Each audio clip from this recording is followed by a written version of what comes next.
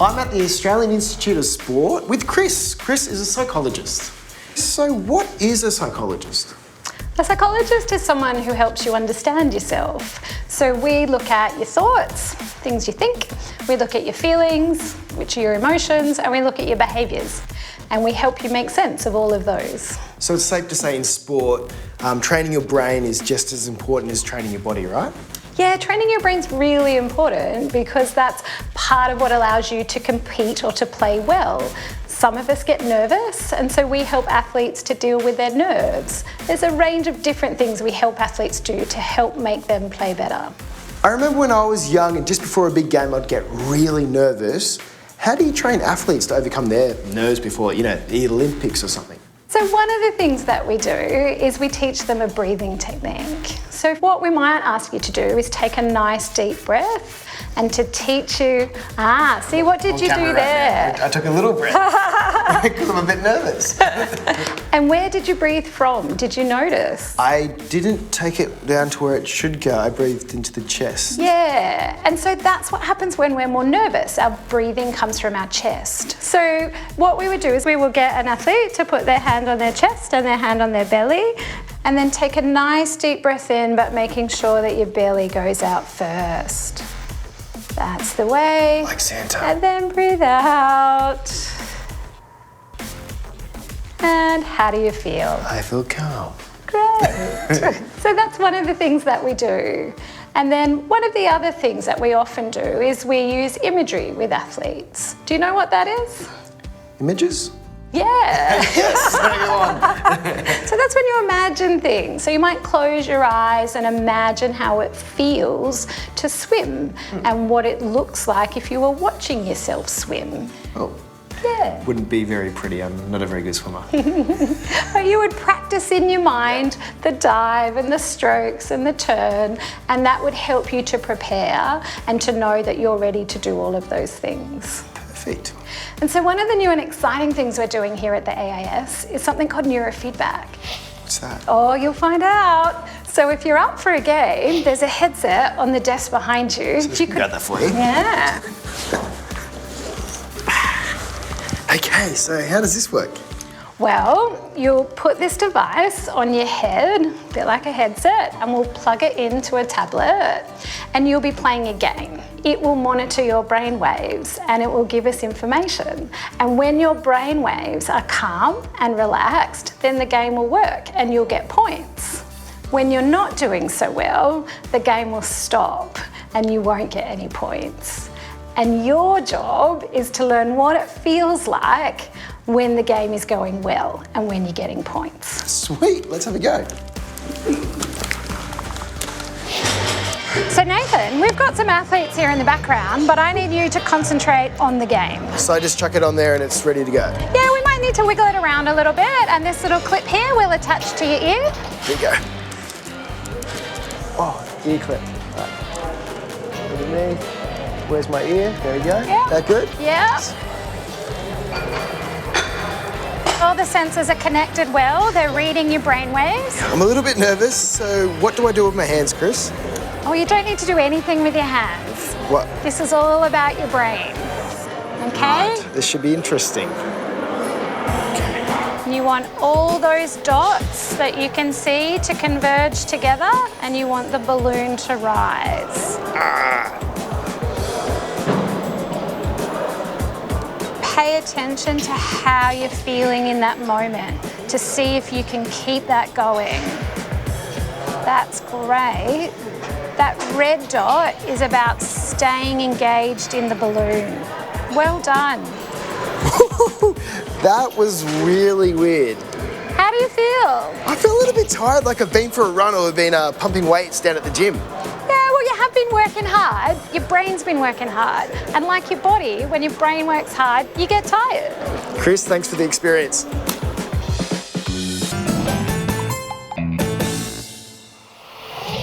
It's not well known, but I have a bit of a secret talent. I can tell whether you're a goodie or a baddie just by making you hold this lizard. Now, it does sound a little bit bizarre, but trust me, it is 100% the real deal. Let's see what happens when I hold it.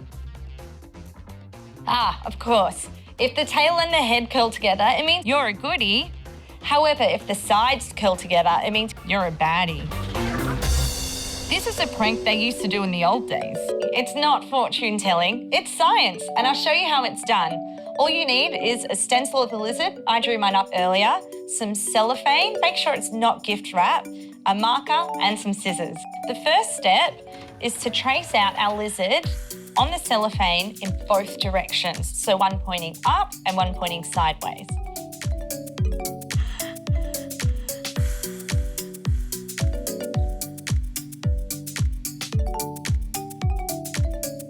And now we draw it sideways.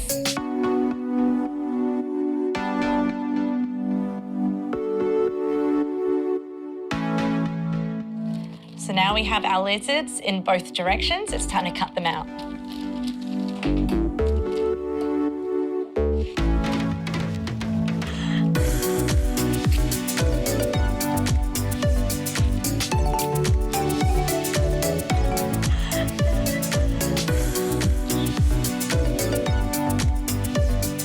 Okay, 2 lizards ready, one cut vertically and the other horizontally. Let's see what happens when I put them both in the palms of my hands.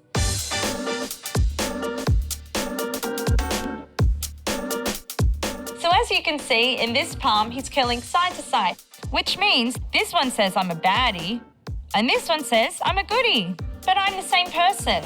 Well, it actually depends on which direction you cut the lizards out of the cellophane. The reason why the lizards curl is determined on how the fabric is woven. Let me show you with this wrapping paper. If I rip top to bottom, I can rip it in a pretty straight line. But look what happens when I rip it side to side. I can't rip it in a straight line at all, and that's because of the way the fibres are woven. The cellophane is hygroscopic, which means that it's water sensitive. It curls when it comes into contact with the tiny amounts of sweat on your palms. So depending on which way the lizard is cut will determine if you're a goodie or you're a baddie. It does make a pretty good joke though. Who am I going to trick first?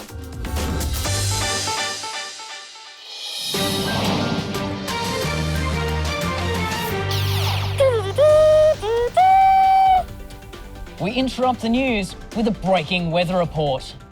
Josh Richards has taken a very short trip to Mars. It's only taken him 9 months, and we received the following transmission. Greetings, Earth. This is Josh Richards reporting from Mars. Now, I've had a good look around the planet, and I have to say, there's a few places that feel just like home. Now, much of Mars is rocky, and there's valleys and volcanoes. And in fact, the largest volcano in all of the solar system, much larger than anything we have here on Earth. There's also ice caps, just like we have on Earth, both on the North and South Pole. There's also seasons, 4 seasons, just like we have, although here on Mars it's much colder and much drier than Earth. The blue sunsets on Mars are wonderful, but during the day the sky is red and dusty. Another plus for Mars, there's not as much gravity here. Gravity is the force that keeps us on the planet rather than flying off into space, which means I can jump really high. As I'm jumping around Mars, I'm on the lookout for Martians, and I'm sure they're around here somewhere. There's also some evidence that below Mars's crust there's huge frozen lakes, and I wonder what we'll find there. What was that? Anyway, back to the weather. A mild day here on Mars, minus 30 degrees. Yes, that's right, minus 30 degrees. And that's not even a particularly cold day for Mars. Later on this afternoon, we're expecting a hazy day with dust storms and with temperatures dropping dramatically overnight. Now, lucky I packed my thermals, 16 pairs of gloves, 8 pairs of socks. I'm going to need some of those to actually shove on my ears though, because I only packed 2 beanies. Although I'm very glad I've still got my hot water bottle. Oh. Do you think we could start a fire in the spaceship? Also, I think that dust storm's starting. Back to you in the studio. Excellent report, Josh. Hurry back home. We should see you sometime next year. Well, that's it from the news. Good day and good luck. Nailed it.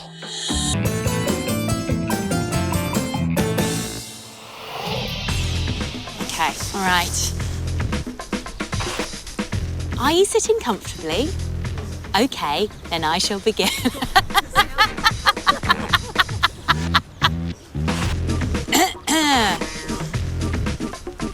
I need to just turn the page.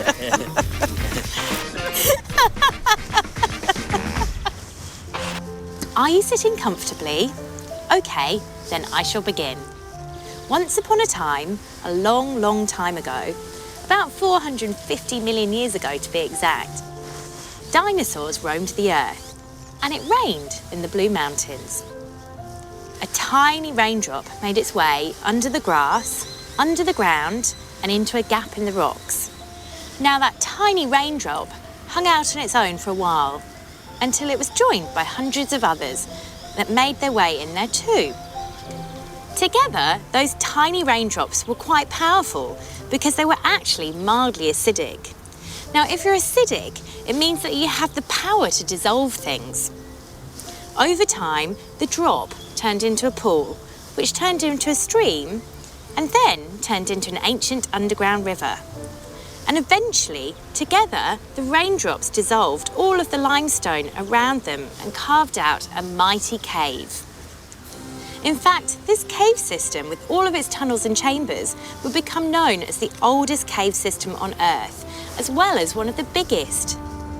And it was called Jenolan Caves. Which just goes to show that even if you're very, very tiny, you can still be really powerful too. Whoops. I didn't mean to give the moral of the story away just quite yet. Anyway, that wasn't the end because more and more rain fell, and over time, more and more tiny raindrops travelled underground, through the rock and cave, dissolving a mineral called calcite as they went. And they carried this calcite on their back with them. When they got to the roof of the big empty cave, each tiny drop of rainwater dripped very slowly to the floor. And on their way to the floor, some of those tiny raindrops decided to leave the calcite that they carried with them behind. Others took it all the way down to the ground. Over time, one tiny particle of calcite built up over another, leaving behind beautiful icicle-shaped crystals hanging from the ceiling and weird and otherworldly mounds growing up from the floor. These otherworldly mounds are called stalactites and stalagmites. Now, I always forget which way round it is. That's right, stalactites have a C, meaning that they grow down from the ceiling, and stalagmites grow up from the ground because they've got a G in them. And that is how the beautiful Jenolan Caves and their crystals in the Blue Mountains were formed. From tiny things, big things can grow.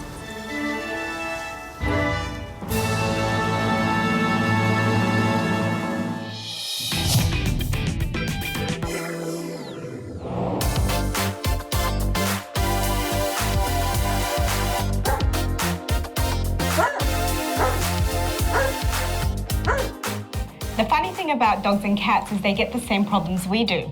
Yes, they get ear infections, which we see a lot. So when they go swimming or they get wet and a bit of water goes down, they can turn into an infection quite quickly. Yes, because they've got very long ear canals and so they're prone to infections because it's very dark and moist in there. Yeah, so let's give Peanut's ear a clean.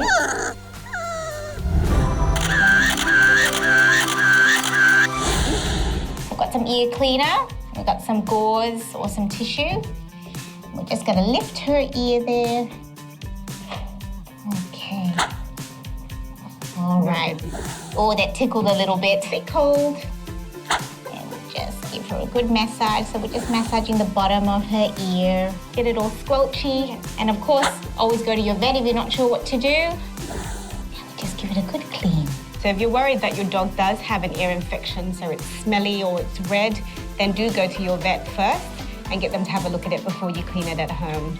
And then always give them a treat. There you go. You need to get to give them a treat for being so good.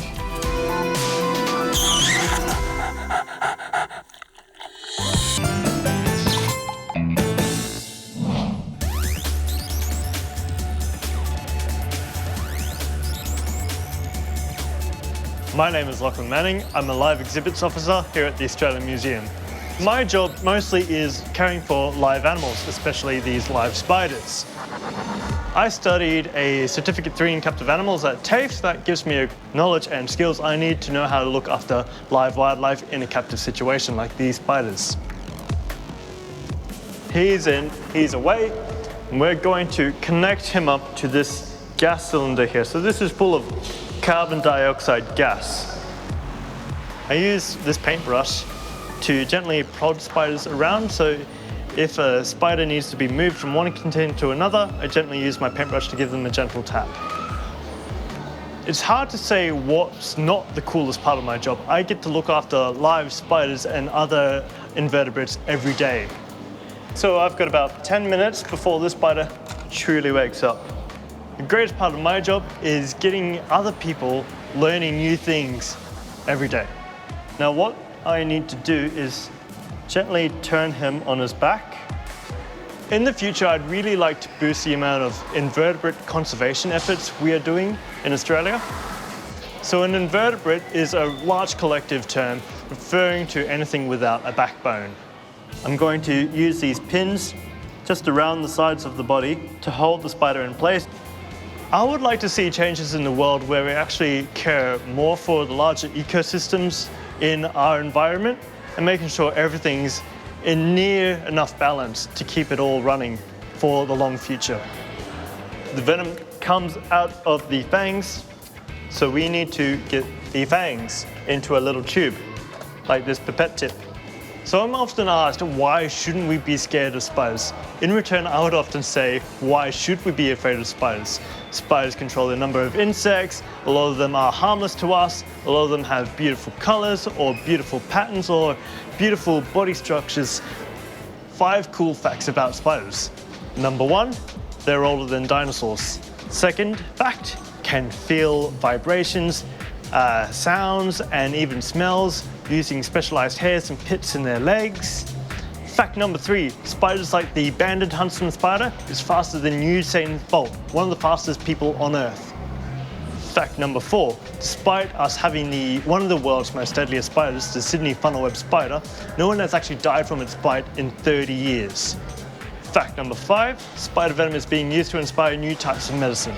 Ready to go off to the University of Queensland and potentially become the inspiration for a new type of medicine or a new type of pesticide. Spider milking is just generally a term we use for extracting venom from spiders. It isn't actually milk we're after, so you cannot drink the venom that we get from the spiders. Can you drink a spider? Well, you can if it's just ice cream in soda. So I hope you enjoyed that and have a great day.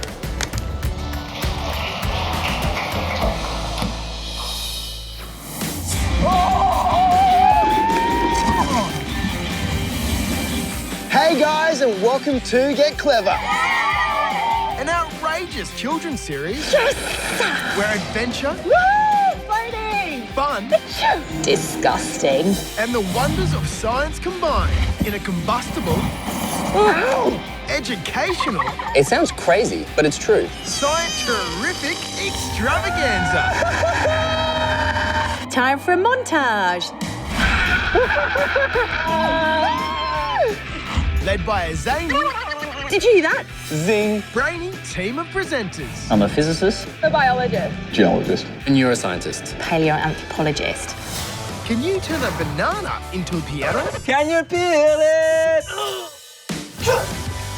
How do you tell if someone's lying? Tattletale. What is the cure for seasickness? I think I'm gonna have to vomit. Lunch, anyone? Don't know.